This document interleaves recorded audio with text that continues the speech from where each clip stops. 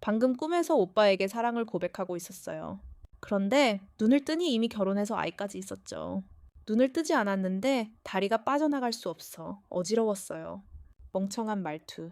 깨어있니? 그 목소리가 들려서 고개를 돌렸어요. 침대 옆에 앉아 걱정 가득한 얼굴로 저를 바라보는 오빠 램테를 발견했죠. 그를 보니 꿈에서와는 다른 도시에 있는 사람 같았어요. 하지만 그건 제가 여전히 그를 사랑한다는 걸 보여주는 게 될 수밖에 없었어요. 고개를 숙이는 걸 망설이다가 그에게 미소를 지었어요. 아, 세상에 램테의 손이 침대 가장자리에 얹혀 있었고 그림자가 희미했어요.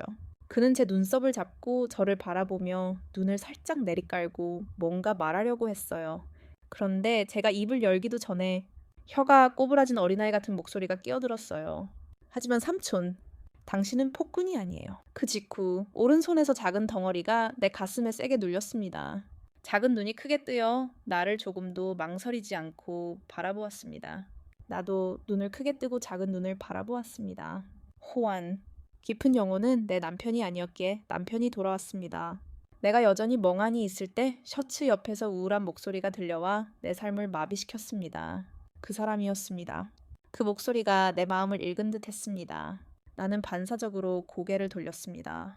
그러자 예전에 내 애완동물이었던 오한치호아가 꽉 끼는 셔츠를 입고 길모퉁이에 서 있는 것을 보았습니다. 그의 손은 여전히 내 손에서 방금 빼낸 목발을 움켜쥐고 있었습니다.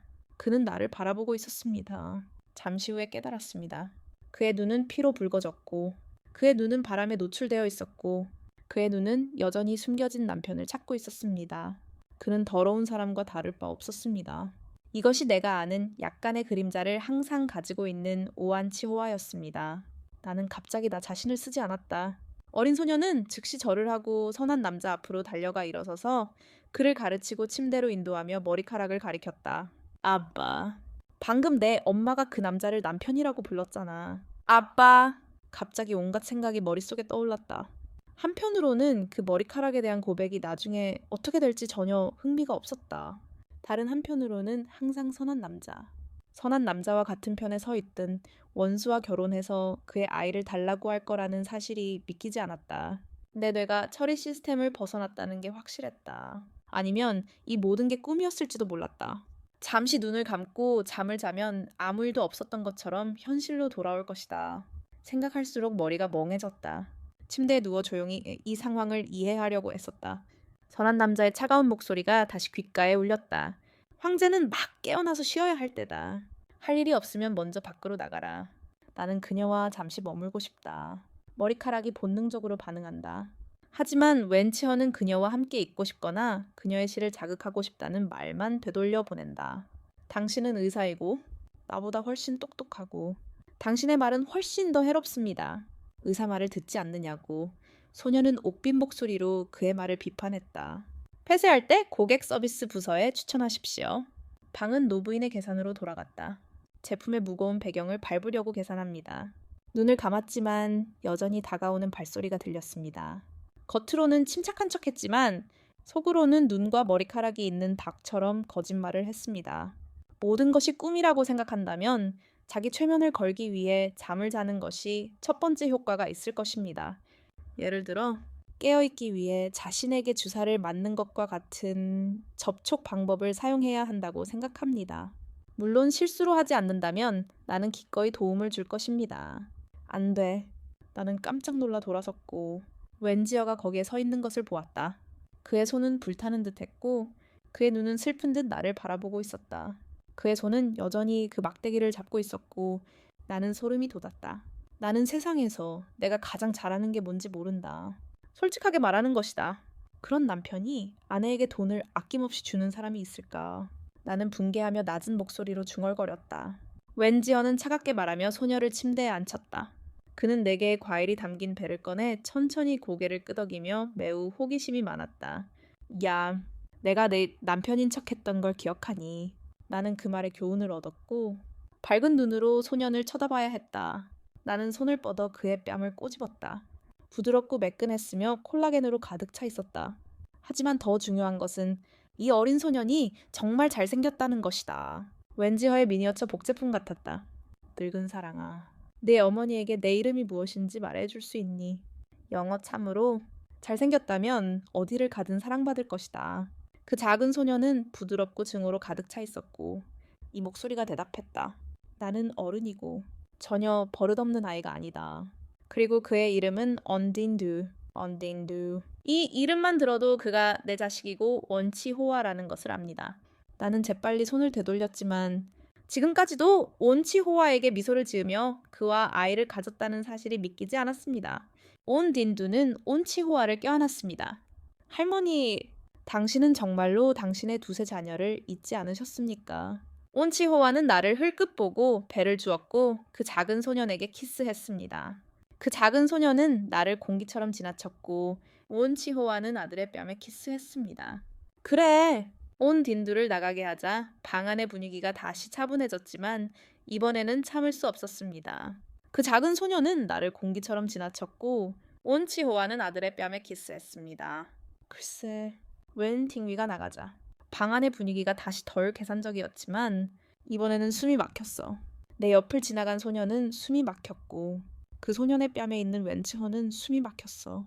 글쎄, 웬 팅위가 나가자 방 안의 분위기가 다시 덜 계산적이었지만 이번에는 숨이 막혔어. 글쎄, 웬 팅위가 나가자 방 안의 분위기가 다시 덜 계산적이었지만 이번에는 조금 예측할 수 없는 말 시즌이 있어. 소년 장면에 있을 때 웬츠허가 편안해진 것을 생각해. 태양의 공은 불확실하게 느껴지고 고지대에서 온 차가운 남자는 내 기억 속에 바로 있어. 정말 지금 내 앞에 앉아있는 사람이 웬츠허인가? 네가 궁금한 게 많고 지금 상황을 따라갈 수 없다는 걸 알아. 웬츠허는 나를 바라보았고 그의 눈에는 상심의 흔적이 번쩍였다. 무엇이든 묻고 싶다면 그냥 물어보세요. 알고 싶은 게 뭐든 말해줄게요. 나는 다시 일어나 무릎을 꽉 껴안았다. 그의 눈은 무의식적으로 문 쪽으로 향했다. 나는 딘두가 그와 닮았다는 것을 알았다. 둘 다 잘생겼다.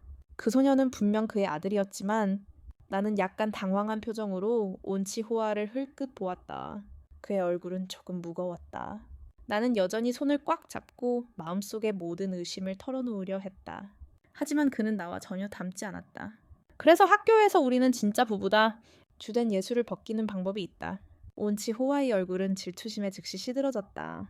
나는 무의식적으로 내 손을 꽉 잡았다. 튜, 나는 그의 새엄마일 뿐이다. 온치호아는 나에게 대답하지 않았다. 그는 눈을 감았다. 눈을 반쯤 감고는 진지하게 시모십을 했다. 그때 나는 그가 머리에 얹은 막대기를 곧장 나를 찌르려는 듯 치켜든 것을 보았다.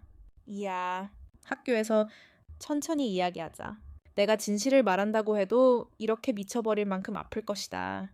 지금처럼 공부할 때 진지할 수만 있다면 그전에는 너무 고통스러워서 화학시험을 놓쳤을 텐데 웬즈허는 나를 흘끗 보더니 일어서서 물병과 바늘 같은 걸 말했다. 뭐라고 했어? 화학시험 공부 안 했어. 나는 그의 얼굴을 바라보며 내가 그런 어리석은 실수를 했다는 게 믿기지 않았다. 웬즈허는 물병을 내려놓았고 두 손은 뒤로 젖혀졌다. 그는 몸을 숙여 나를 마주보았다. 두 손은 침대에 얹고 나를 꽉 껴안으려 했다. 그의 몸에 묻은 익숙한 향기가 나를 감싸 안아 숨이 막힐 것 같았다. 그는 나를 바라보더니 천천히 물었다. 그러니까 지금 머릿속으로는 하루 종일 멍했던 기억, 내 고백을 받아들인 기억을 떠올리고 있는 거지. 그의 목소리는 낮고 간지러웠으며 느리지도 않았지만 억누르기 힘든 감정을 담고 있었다. 나는 무의식적으로 목을 조르며 말했다. 어떻게 알았어? 그냥 눈을 뜨고 남편이라고 불렀어. 자고 있는 줄 알았어. 정말 말이 많았어요. 주변 분위기도 흘러가는 걸 느꼈죠. 그러니까 당신과 람테의 이야기는요? 맞아요. 제가 지금 정말 말이 많아졌어요. 그리고 가장 말이 많은 건 람테와 저. 그리고 치호아이 씨 사이에서는 무슨 일이 일어나기 쉽다는 거예요. 왜 결국 치호아이 씨와 결혼해서 아이를 낳기로 했을까요? 치호아이 씨는 부드럽게 턱에 혀를 대며 무슨 생각을 하고 있니? 라고 물었어요. 그러고는 손을 뻗어 제 머리를 쓰다듬으며 어서 해봐. 라고 했죠. 그 여자애는 제 호기심을 폭발시키려고 온갖 질문을 쏟아냈어요. 치호아이 씨, 방금 뭐 있냐고 물어보라고 한 사람이 누구죠? 저는 당신의 남편이지만 당신처럼 하는 사람은 없어요. 저를 너무 과하게 판단하시는 거예요. 지호아이 씨는 당신을 좋아하시잖아요. 정말요. 그럼 다시 한번 물어보죠. 방금 일어나서 저를 공기처럼 대하고 남의 남편이라고 부르는 그 사람은 누구죠? 문이 너무 커서 제 얼굴이 꽃처럼 돌아섰어요. 너무 화가 나서 작은 손을 꽉 쥐었다. 지호아이 선생님? 저 괴롭히는 법만 아시잖아요. 아니, 엄마랑 말다툼하지 마세요. 병실 문이 갑자기 열리고 딘 두냔 선생님의 사랑스러운 얼굴이 작은 만두처럼 부드러웠다.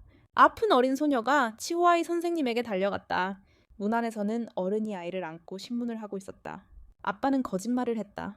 방금 엄마에게 자신을 소개하겠다고 했지만 곧 엄마와 말다툼을 했다. 치호아이 선생님은 자리에 앉았는데 목소리는 놀라울 정도로 부드러웠다.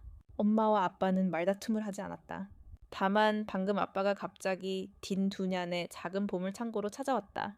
내 말이 믿기지 않으면 엄마한테 물어보렴. 엄마는 살아 계셨고 아빠는 일어서서 내 귀에 바짝 다가와 다정하게 말했다. 네가 모든 걸 바로 받아들일 순 없다는 거 알아. 불만스러운 게 있으면 나중에 말해도 돼. 하지만 지금 딘두를 슬프게 하지 마. 딘두가 나와 치호아이 씨 사이를 번갈아 가며 눈을 굴리는 게 보였다. 크고 둥근 눈에는 호기심이 가득했다. 어린아이에게 따뜻한 가족의 계절이 얼마나 중요한지 잘 알았다. 닌두호아. 방금 아빠가 엄마랑 아이스크림을 줄까 말까 다투고 있었어. 엄마는 말리지 않았는데 엄마 아이스크림 먹어도 돼요. 그 어린 소녀는 그걸 보고 약점을 잡은 듯 금세 진정했다. 물론 나는 고개를 끄덕였다. 그래! 아이스크림 오래오래. 엄마 오래오래. 하지만 엄마가 아이스크림 주면 꼭 상을 줄 거야. 아빠가 엄마한테 온 집안에 키스해줄 거야.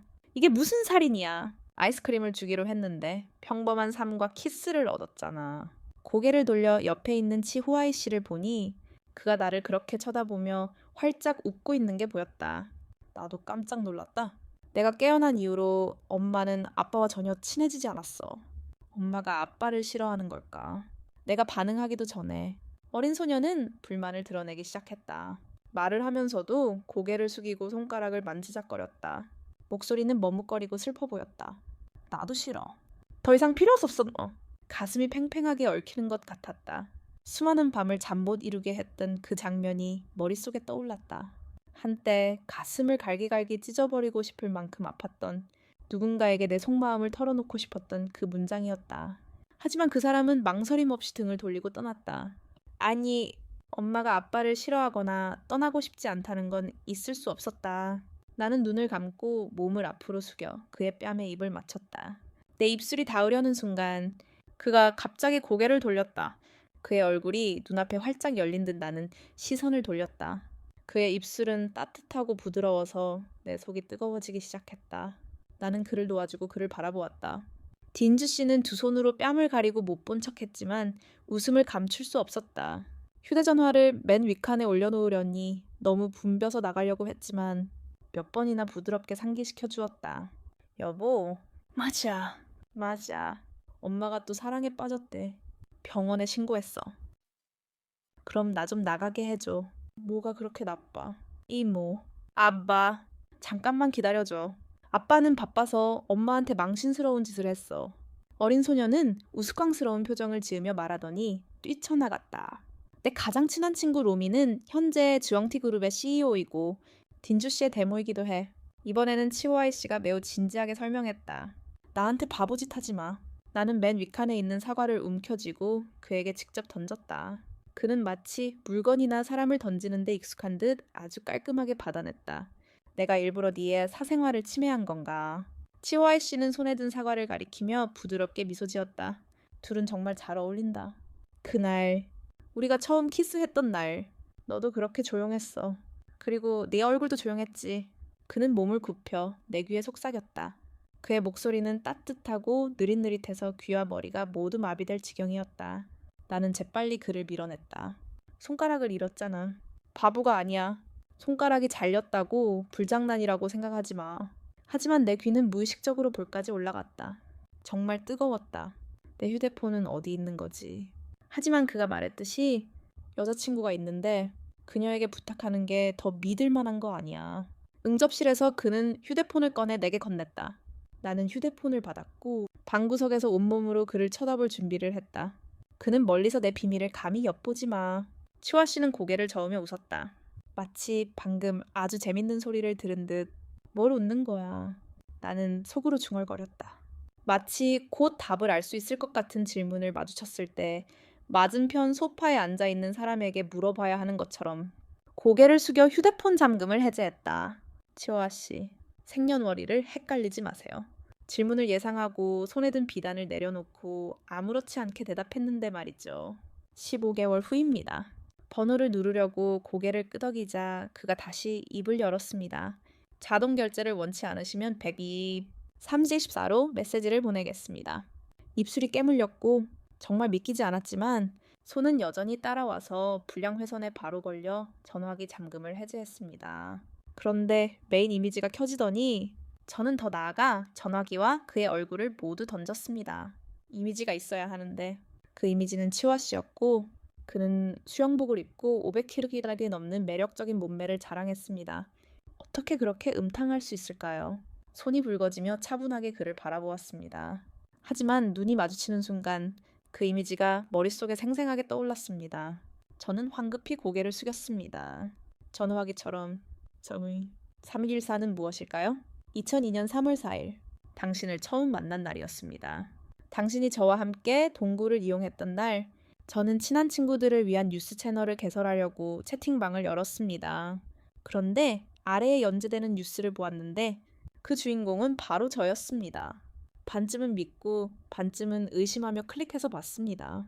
말하지 마. 언치호와 말하지 마. 즈엉티 그룹의 최신 CEO가 되려고 행동하는 여성 파워. 말하지 마와 온치호와의 연기 영상을 추측해보니 처음 두 주제는 여전히 괜찮았고 즈엉호와는 진지했습니다. 하지만 마지막 주제는 누가 하고 있었을까요? 저는 성급하게 링크에 동그라미를 치고 마침내 클릭해서 보기로 했습니다. 기사의 첫 번째 여자는 말하지 마와 온치호와의 점심 연기 영상이었는데 사무실에서 이렇게 쓰고 있더군요. 저는 즈엉호와를 위해 사람들에게 문학을 가르치고 싶었습니다. 이 뉴스를 즐겨찾기에 저장하려고 클릭했습니다. 방이 바로 조용해지도록 저장해야 했습니다. 내가 덧붙이자면 온치호와는 이미 방 안으로 들어와 내 눈앞에 곧장 들어왔다. 거울 속 익숙한 냄새가 환상을 자극했고 그녀의 부드러운 머리카락이 내 눈을 스치며 가볍게 스쳐 지나갔다. 방금 고정 대화의 얼굴과 닮은 얼굴은 잊어라. 이제 그는 내 앞에 서서 마치 재미삼아 지켜보는 듯 미소를 지으며 집을 짓고 있었다. 묻지 않아도 된다. 내 모든 행동이 그의 눈에 비쳤다. 점심 식사를 치우고 있는 반린. 그래서 고정 대화는 이것 때문에 한 건가. 하지만 진짜 사람은 바로 당신 앞에 있다. 당신은 소중한 중요한 직책을 맡을 수 있고 나는 당신의 마음에 답하기 위해 진심으로 당신을 섬길 수 있어 기쁘다. 나는 그를 노려보며 무례하게 대화를 그에게 밀어붙였지만 그는 쉽게 피했다. 즈엉티 그룹의 CEO로서 그는 매우 중요한 인물이었다. 그런 소식은 아직 코로나19에 대한 것이 아니었고 고칠 수 없었다. 내 말을 듣자 치 씨의 눈빛이 갑자기 차분해졌지만 잠시 후 다시 원상으로 돌아왔고 그의 눈빛에는 미소만 남아있었다. 그는 나를 응시했고 그의 눈빛은 나를 약간 불편하게 했다. 그래서 나는 그에게 대화를 전해야 했다. 있잖아. 바람이 부드럽네. 사무실에서 같이 식사하고 있는데. 그런 화제를 그렇게 만들면 세상은 사람들을 상상하게 만들어. 아, 치화 씨가 그렇게 사랑 이야기를 늘어놓았어. 그럼 나도 사람으로 가득 차 있지 않아. 내 상상도 길을 잃은 거지. 그렇지. 치화 씨. 내가 막 말을 꺼내려던 순간 문이 다시 열리고 아름다운 얼굴이 나타났다. 로가 내가 깨어났다는 소식을 듣고 린이 바로 왔다. 나는 지금까지 시간이 우리 아래 관계를 바꾸지 않았다는 것을 안다. 단지 나시람테이에게 왔을 때 그녀는 창백해지며 치오아 씨의 말과 매우 비슷한 말을 했다. 바보야. 믿어야 해. 진정한 사랑 때문에 치오아 씨와 결혼해야 해. 그렇게 말하고 그녀는 누워 내 오른손을 부드럽게 문질렀다. 마치 믿는 것처럼 보였지만 그녀의 표정은 매우 차분했다. 나는 그녀의 시선을 따라갔고 그 손에 약 10치미 길이의 마법 주문이 걸려있는 것을 발견했습니다. 모두가 어떤 규칙도 따르지 않았습니다. 나는 여전히 많은 모서리를 가지고 있고 내 손은 가늘고 그런 마법의 주문을 받은 적이 없습니다. 그것은 치호아 씨와 다툰 후 첫 해였습니다. 그날은 결혼식 날이었고 그녀는 그에게 직접 맛있는 식사를 요리하고 싶어 했지만 그 사이에 실수로 그의 손에 부상을 입혔습니다. 결과적으로 치호아 씨는 그녀를 병원으로 데려가야 했고 두 사람은 하루 종일 거기에 있었습니다. 내 구멍은 나를 보는 것을 멈추었고 나는 뇌사자처럼 무슨 말을 해야 할지 몰랐습니다. 그 후로 치호아 씨는 그녀와 부엌을 다시 허락하지 않았습니다. 모든 집안일은 그가 했습니다. 아무리 아프더라도 그는 잔업을 해야 했고 그녀를 위해 요리하러 돌아온 다음 자신의 일을 계속했습니다. 하지만 그의 마음속에는 항상 그녀가 가장 중요한 사람이었습니다. 호아의 눈은 점점 더 사람처럼 변했습니다. 이 소녀는 그녀가 나에게 자랑하곤 했습니다.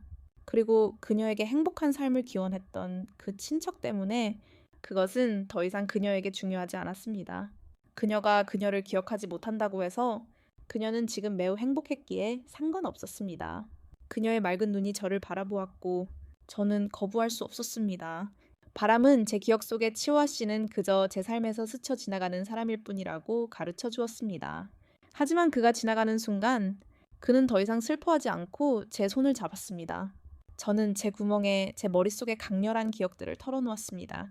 그날 밤 그는 여기저기서 화가 났지만 일어나서 제 앞에서 저를 때리지 않았습니다. 그의 눈과 다리는 기대감으로 가득 차 있었고 겨울의 추위 속에서 그것은 우산의 수증기 같았습니다. 저는 그의 입술이 살짝 벌어지는 것을 보았고 제 마음과 다리는 그의 답을 알고 싶은 열망으로 가득 찼습니다. 하지만 잠시 후 그는 눈송이로 변해 제 바로 앞에서 녹아내렸습니다. 저는 그 방향의 아이들에게 그를 찾고 싶다고 물었습니다. 그리고 멀지 않은 곳에서 치호아 씨처럼 보이는 남자의 등을 보았습니다. 일주일 후 저는 서서히 회복되기 시작했습니다. 이 기간 동안 치호아 씨가 병실에 오는 빈도도 한시보다 적었습니다. 제 구멍은 전에 저를 돌보기 위해 동료들에게 일을 맡겼다고 말했습니다. 방금 전까지만 해도 병원에 몸이 아프고 먼지가 쌓인 것 같았습니다. 오히려 저는 무슨 일이 있어도 나타나지 않았지만 제가 깨어있을 때면 딘주에 그 냄새나는 녀석이 여전히 있었기 때문에 그런 생각은 거의 불가능했습니다. 매일 식사 시간과 저녁 시간에 그 녀석은 치호아 씨를 불렀습니다.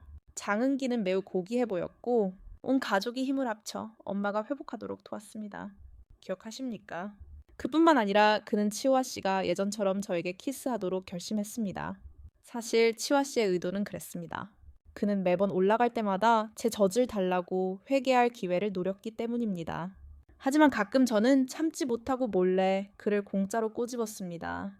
그렇게 7개 중 7개 사악한 꼬리를 단 광대의 날은 지나갔습니다. 그 이후로 람테는 돌아오지 않았다.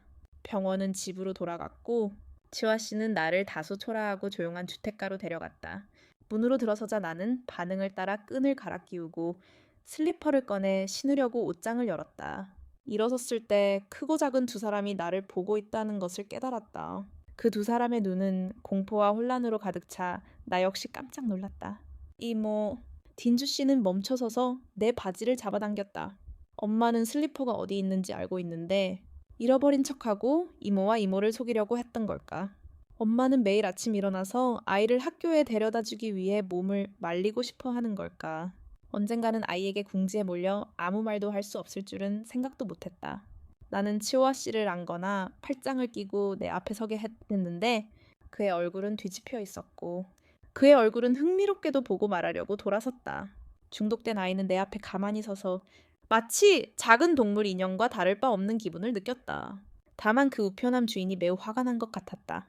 엄마, 치씨, 그리고 귀족은 함께 있을 수 없다. 큰 소리로 어깨 전체가 사랑의 시간을 이용해 진짜 모습을 드러냈다. 그는 몇 개의 깔끔한 딘두씨를 그 사람에게 건네주었고 그는 마음속으로 우나가 바구니를 눌렀다. 딘두, 엄마는 정말 그렇게 길을 잃었다. 하지만 엄마는 아직도 익숙한 시절을 기억하고 있을지도 모른다. 어린 소년의 눈은 여전히 구토감으로 가득 차 있었고 여전히 의심으로 가득 차 있었다. 하지만 마치 무언가를 이해하지 못한 듯 어린 노인은 치씨와 귀족을 함께 껴안았다. 마치 엄마가 아빠에게 자주 키스하는 것도 그 썩은 버릇 때문이었다. 치씨와 귀족은 고개를 끄덕인 후 손을 뻗어 어린 소년의 뺨을 쓰다듬었다. 그렇게 한마디만 하자. 어린 소년은 곧바로 나를 용서하고 제단 문으로 돌아서서 아빠에게 말했다. 아빠, 꽃 가지고 놀게요. 알겠어요. 여아. 치씨와 귀족은 고개를 끄덕이고 어린 소년을 물속에 내려놓고 어리고 특정한 방향을 바라보았다. 강 그림자가 아직 그의 눈을 바라보고 있을 때 그는 나를 돌아보았다. 이곳은 우리 약혼자의 집이야. 내가 가장 좋아하는 곳이지. 그 작은 소년, 진정해. 네가 진정하고 나를 믿어야만 회복의 효과를 볼 거야. 그는 가까이 다가와 내 손을 잡고 마치 아이를 인도하듯 부드럽게 말했다. 나는 손을 뻗어 내 손을 잡았다. 작은 꽃은 어디 있지? 그 작은 꽃은 내가 공부할 때 데려온 개인데 털이 아주 예쁘다. 바로 그때 황금시계 소리가 울렸다. 나는 뒤돌아보니 작은 꽃이 내 시야에 들어왔다. 나는 그 작은 소년에게 말을 걸었지만 그 꽃은 나를 툭 쳤다. 정말 크네. 너희들은 안 보고 주인을 판단하는구나. 내일 내가 모든 집을 통째로 버려두고 황무지로 만든다는 소문이 돌았나.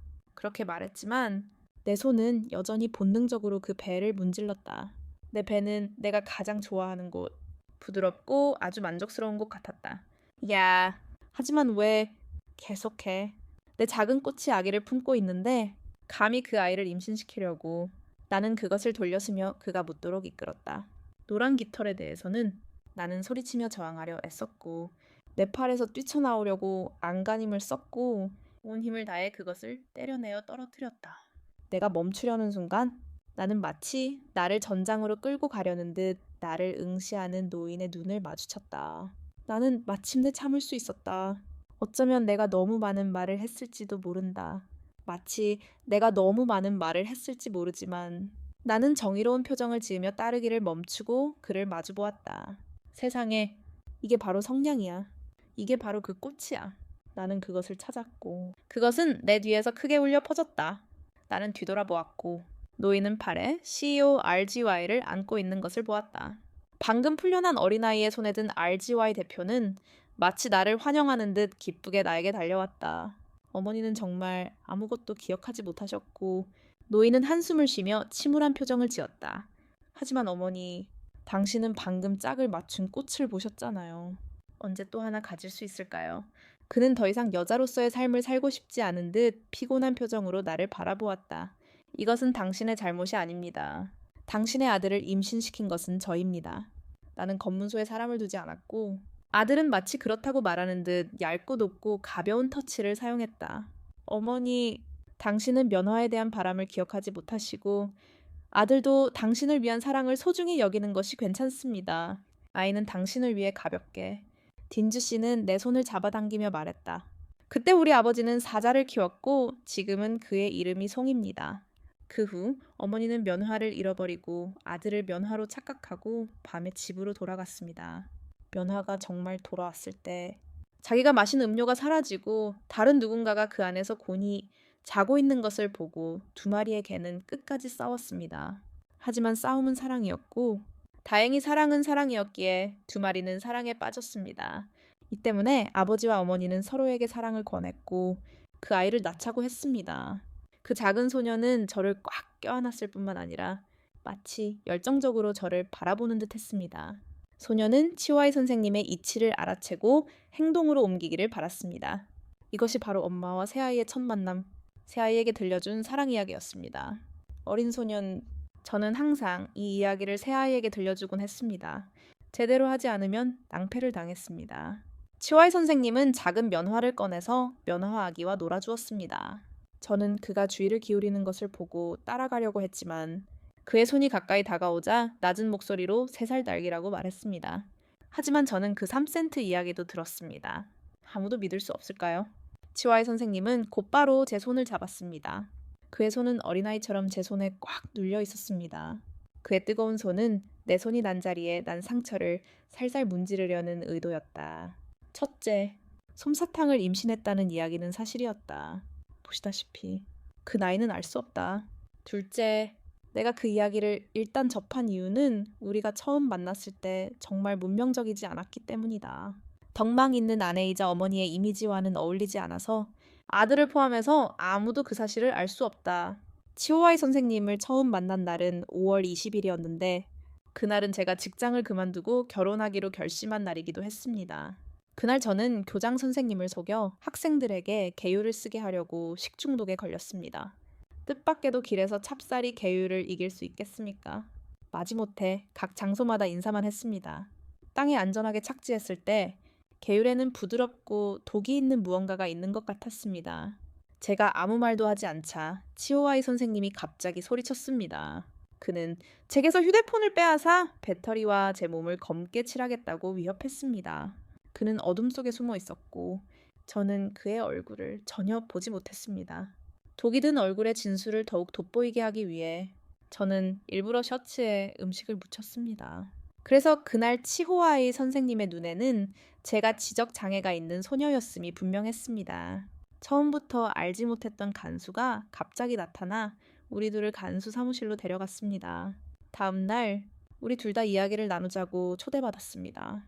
삼전은 더 이상 신경 쓰지 않았습니다. 어머니는 여전히 누워 계셨고 온 사람은 어린 시절부터 저와 함께 자란 형이었습니다. 그는 제 형이었습니다. 그는 매우 예의 바르게 선생님께 앞으로 저를 엄격하게 관리하고 어떤 죄도 짓지 않도록 하겠다고 말씀드렸습니다.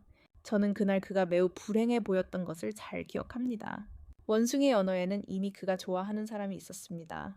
그는 저를 바라보았지만 목소리에는 흥분이 감돌았습니다. 저는 아주 긴 꿈을 꾸었습니다. 그것은 또 아주 긴 꿈이었습니다. 그해 겨울에 제가 람테에게 고백했던 아주 긴 꿈이었습니다. 그는 매우 기뻐하며 제게 머리를 내밀었습니다. 그는 손으로 제 손을 잡았고 우리 사이의 거리는 점점 더 멀어졌습니다.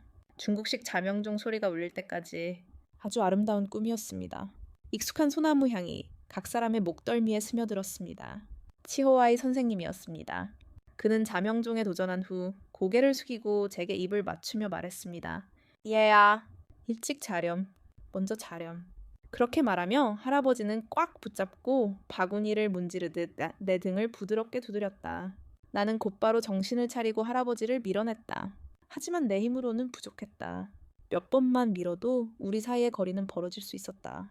치와이 씨, 당신은 정말 공영을 이용하고 있군요.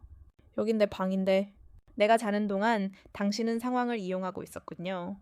내가 물건을 집어들고 내 논에 손을 넣는 걸 봤어요. 슈가 베이비, 하루 종일 떠드는 여자. 당신은 공상에 잠기지 않을 수 있나요? 눈을 뜨고 보세요. 여기가 누구 방인지 보세요. 나는 주위를 둘러보았지만 정말 내 방 같지 않았다. 그러니 내가 자는 동안 당신이 나를 내 방에서 데리고 나와 여기로 온 게 분명했다. 나는 헛소리를 하기 시작했다. 치와이 씨는 터질 것 같았다. 미안하지만 기억만 하고 잊어버리면 나중에 상상만 하게 될 거야. 마치 저택 같잖아.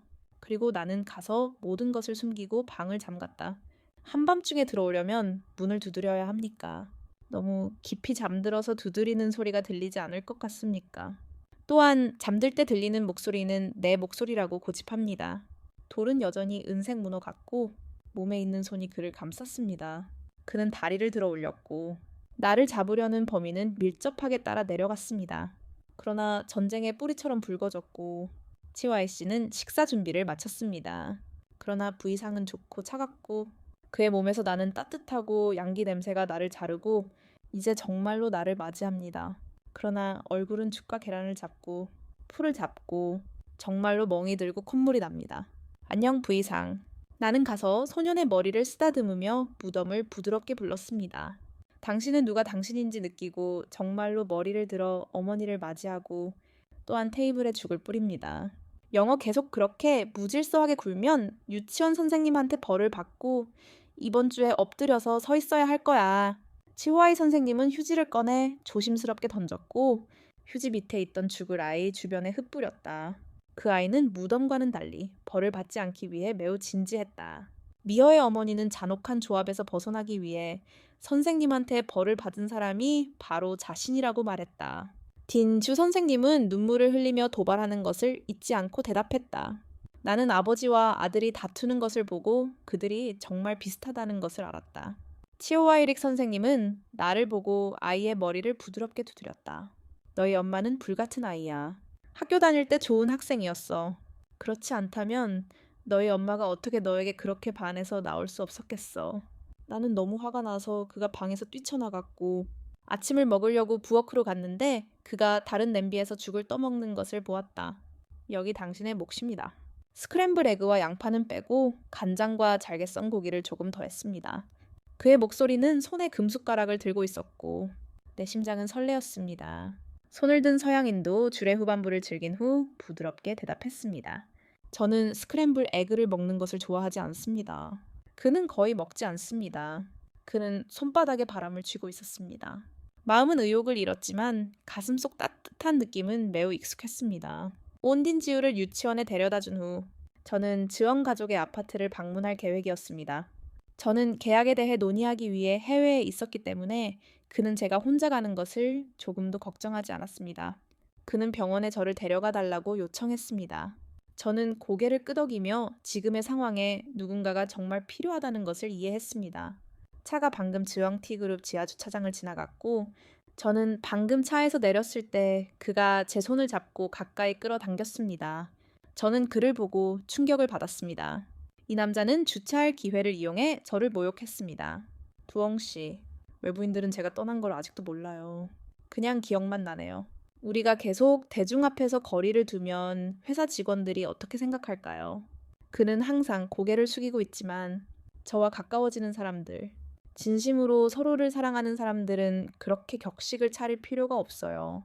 저는 침이 흘렀고 그는 제 반응을 예측한 듯 입술을 삐죽 내밀었어요. 그는 두려운 게 아니라 두옹티의 주가가 폭락했을 때 제가 계속 말을 할까봐 두려웠던 거예요. 그 말을 듣자마자 저는 즉시 그의 손을 꽉 잡았어요. 걷는 동안 저는 계속 주위를 둘러보며 숨어있는 파파라치를 무시했어요. 우리 나이에 이런 게 정상인가요? 그는 항상 고개를 숙이고 저를 쳐다봤어요. 이것 반, 저것 반, 평소라면 키스도 해줬을 텐데 저는 그를 흘끗 보고는 몰래 엉덩이를 꼬집었어요. 꺼져. 두옹티는 어머니의 평생의 결정이었고 저는 지금 어머니의 사무실에 앉아 있어요. 내부뿐만 아니라 거의 변함없어요. 책상 위에는 가족 사진이 한 장 더 있는데 사진 속에는 저와 치호아이 씨 그리고 딘두 씨가 있습니다. 저는 사진 한가운데 있는데 마치 온 세상에 제가 매우 행복하다는 것을 알리려는 듯합니다. 저를 사무실로 데려간 후 치호아이 씨는 이익에 대해 논의하기 위해 회의에 갔습니다. 그는 제가 잃어버린 시간을 기억하고 그가 저를 대신하여 그 일을 맡게 되었다고 말했습니다. 그는 의사라는 역할 외에도 온티 그룹의 미래 회장이기도 합니다. 저는 온 가족의 사무실에 앉아 기억하기만 했습니다. 가운데에 있는 4개의 전화번호는 이상한 번호였습니다. 저는 잠시 망설이다가 전화를 받았습니다. 발신자는 람테 씨입니다. 예약이 있습니까? 잠시 만나고 싶습니다. 저는 주소록에 저장하지도 않았고 그의 번호도 저장하지 않았습니다. 왜 우리는 손을 잡아야 합니까? 이야. 그는 린테에 기쁜 말을 했지만 한때 나를 매료시켰던 그 얼굴은 나를 끌어내지 않았고 회의가 내 마음속에서 가장 알고 싶었던 질문을 던지도록 도왔다. 린테는 잠시 한숨을 쉬더니 멈춰서서 나를 바라보았는데 그의 눈은 우울함으로 빛났다. 그애, 지영 삼촌은 다른 여자와 재혼했고 두 가문은 기회를 잡아 지영 가문의 주식을 대량으로 매수하기 시작했다. 지영 삼촌과 지영 이모가 이혼했을 때 그는 여전히 회사 주식의 5%를 가지고 있었다. 그가 재혼을 선택했을 때 그는 그 모든 주식을 가문에 매우 비싼 가격으로 팔았다. 너무 아파서 더 이상 시도할 수 없었다. 나는 아래 십술을 들어 미친 듯이 깨물었지만 그 장면을 멈추지 않았다. 나는 아무리 과장된 진실이라도 알아야 했다. 내가 동양에서 배우지 않았다면 그녀는 왜 그를 찾으러 왔을까? 그녀는 그가 하 가문의 편을 들기를 바랐다. 그는 거절하지 않았다. 람테는 눈을 질끈 감고 소리 없이 흘러넘치는 눈물을 닦아냈다. 그 말을 하면서 그는 감히 고개를 들어 나를 보지 못하고 마치 결정을 기다리는 죄수처럼 고개만 숙였다. 1년의 기억들이 머릿속으로 밀려들었다. 고통의 파도는 마치 폭풍과 혼돈 같았다. 봉인되었던 기억들이 완전히 열리고 쏟아져 들어왔다. 하두산이 내 앞에 서서 녹음기를 틀었다. 녹음기에서 흘러나오는 모호한 단어 하나하나가 사랑해. 나는 하두산의 의기양양한 미소를 바라보았다. 그녀가 아무 말도 하지 않아도 나는 그녀와 람테 사이에 무슨 일이 있었는지 알 수 있었다. 알고 보니 이것이 치호아이 씨와 롬피엔 씨가 내가 람테를 기억하거나 언급하는 것을 원하지 않았던 이유였다. 그녀에게 사과하려고 고개를 든 람테는 내 옆으로 걸어와 앉았다. 멀리서 나를 바라보며 악수를 청하려 했다. 하지만 내가 그를 밀어내기도 전에 강한 힘이 그를 밀어 넘어뜨렸다. 나는 따뜻한 방으로 끌려 들어갔고 누군가 내 얼굴의 눈물을 부드럽게 닦아주었다. 기억하니? 고개를 끄덕이자 그는 나를 부드럽게 꼭 껴안고 사람들이 울컥할 정도로 들어올렸다. 눈물이 계속 났지만 나는 주먹으로 되받아치고 싶은 충동을 참았다. 람테는 치와이 씨를 보고 미안하다고 말할 시간만 갖고 돌아섰다. 나로 말하자면 치와이 씨는 나를 집으로 데려갔고 나는 소파에 앉아 행복해지고 싶은 충동을 억누르며 가만히 있었다. 솔직히 말해서 그 소원이 돌아온 순간 내가 느낀 첫 감정은 두려움이었다. 람테가 하오이상과 손을 잡고 나와 어머니를 상대할 거라고는 믿을 수 없었다. 나는 여전히 이야기하고 있었는데 치와이 씨는 이미 내 허리를 잡고 팔로 끌어안고 몸을 숙여 키스했다. 치와이 씨, 뭐 하는 거야? 뚱뚱해. 그는 나를 바라보았고 그의 입가에 떠오른 미소에 나는 소름이 돋았다. 내가 신호를 줄게. 다시는 누구도 널 아이라고 부르지 못하게 해. 그렇게 말하고 그는 고개를 숙여 내 눈물로 젖은 셔츠를 바라보며 어쩔 줄 몰라 말했다. 5년 전에 너는 너무 사랑해서 내 셔츠에 온통 울었잖아. 오늘도 울면서 셔츠를 적셨잖아. 말해봐. 이 빚은 너와 깨끗하게 갚아야 하지 않을까. 나는 계속 뒹굴며 눈 속의 눈으로 잡고 반짝이는 별들을 내려다보았다. 나는 욕심이 없어. 그냥 키스면 돼. 나를 놀라게 한 건 내게 연락한 사람이 그러지 마. 그는 내가 무엇에 눈이 멀었는지도 몰랐고 입을 열자마자 나에게 드엉티 그룹에서 자리를 마련해 달라고 부탁했다. 나는 주저하지 않고 거절했다. 무례하게 굴지 마. 어쨌든 우리는 내 새 자식이잖아. 무정하고 무정할 수는 없어. 네가 혼수 상태에 있는 동안 내가 얼마나 너를 걱정했는지 알아. 다시 시작하고 아버지를 당연하게 여기지 마세요. 주변 카페에 사람들이 나를 쳐다보기 시작했습니다.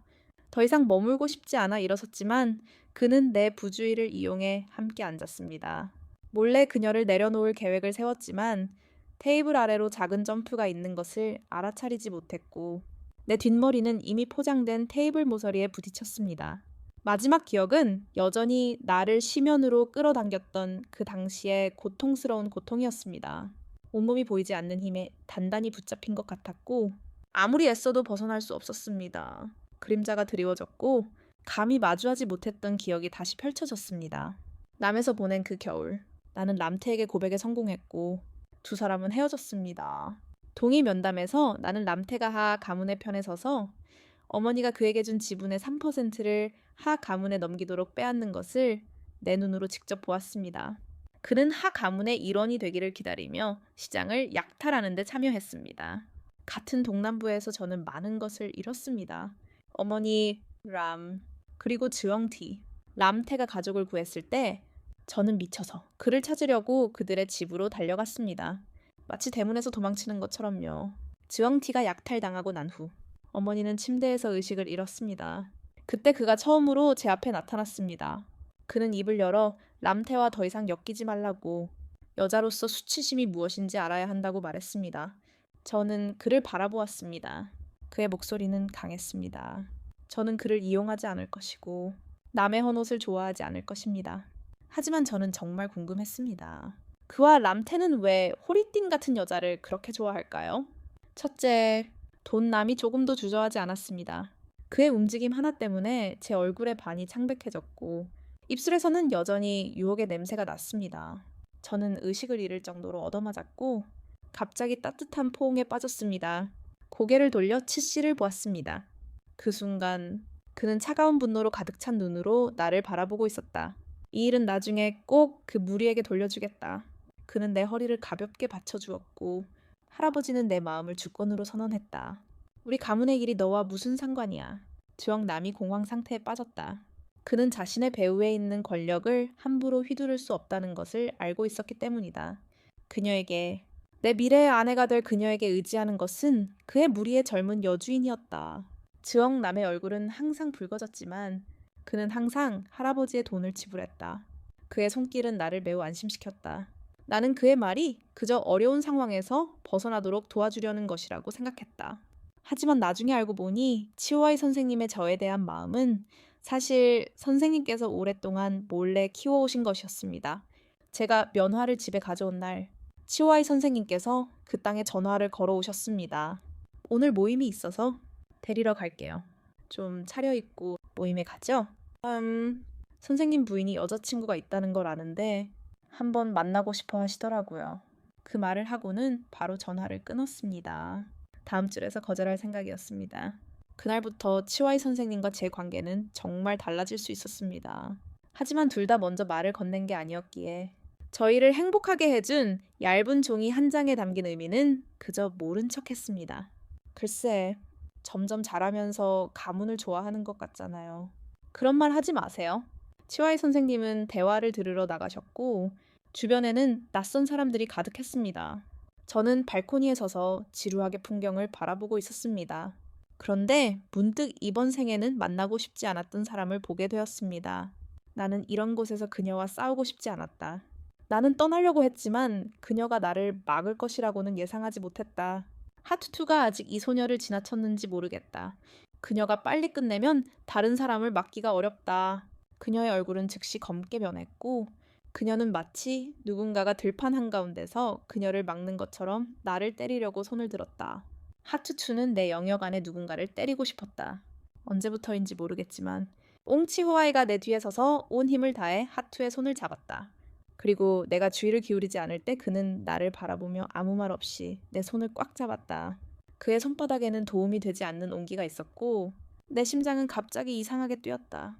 결국 하투는 연회에서 나가게 되었고 나는 옹치호아이에게 데려가 온갖 사람들을 만나게 되었다. 나는 온 세상에 내가 그의 친구라는 것을 알리고 싶지 않을 수 없었다. 나는 떠날 기회를 잡아 물탱크 옆에 앉았다. 하이힐을 벗으려고 몸을 굽히려던 순간 저보다 더 빠른 손이 제 발목을 살며시 잡고 신발을 벗는 걸 도와주고 있었습니다. 하이힐을 신는 건 절대 편하지 않잖아요. 그가 말하면서 제 발바닥을 꽉 쥐고는 제 앞에 놓인 신발 한 켤레를 꺼내 무릎을 굽혀 신겨주었어요. 너 정말 고집이 세네. 오늘 오빠가 언니한테 보여주려고 이런 짓을 한 거 맞지? 그래야 우리 사귀는 걸 알 수 있을 거야. 그래야 우리 사귀는 거에 대한 소문이 오래전부터 나만 알고 있었던 거잖아. 맞지? 알았어. 그가 고개를 끄덕였습니다. 그럼 카사바는 어쩌고? 그러고는 카사바가 내 것이라고 말했습니다. 그러면 널 더 자주 볼 이유가 생기니까 주말에 산책하고 싶어. 여자친구도 데려갈 거야. 편하면 내 집에서 같이 저녁 먹을 수 있을 거야. 머지마. 널 몇 번 더 만나려면 뭘 더 생각해야 할지 정말 궁금해. 그리고 네가 날 사랑하려면 얼마나 걸릴까. 세상이 멈춘 것 같아. 심장이 가슴에서 터져 나올 듯 쿵쾅거려. 바보야. 계속 떠오르는 황금 같은 한마디. 동의해. 왜 날 좋아하는 거야. 그는 그저 나를 보려고 멈춰 서 있을 뿐이야. 그의 얼굴은 화장으로 뒤덮여 있고 그의 눈에는 오직 내 모습만 담겨 있어. 그럼 무슨 이유가 필요해? 어둠은 점차 사라지고 빛은 다시 나타나. 온 세상은 상상할 수 없을 만큼 아름다워. 내 국수 가판대 위로 해가 떠오르고 내 눈앞에 있는 야생의 모습이 점점 더 선명해져 그 기억 속에 맛있고도 맛있는 짱짱은 틀림이 없어. 이번 생, 내 마음속에는 오직 나만 있을 거라고 약속했던 그 사람이기도 해. 짱! 나는 삐죽삐죽 튀어나와 그의 품에 두 손을 꼭 쥐었고 그는 다시 눈물을 흘리며 나를 맞이했어. 험프, 이 멍청아. 더러운 놈이 방금 네가 내 안에 있다는 걸 기억해냈어. 내가 아는 한 그는 계속 아래로 이끌었지만 내 손이 날 더 꽉 잡는 장면은 트롱 미안해. 그리고 사랑해. 너도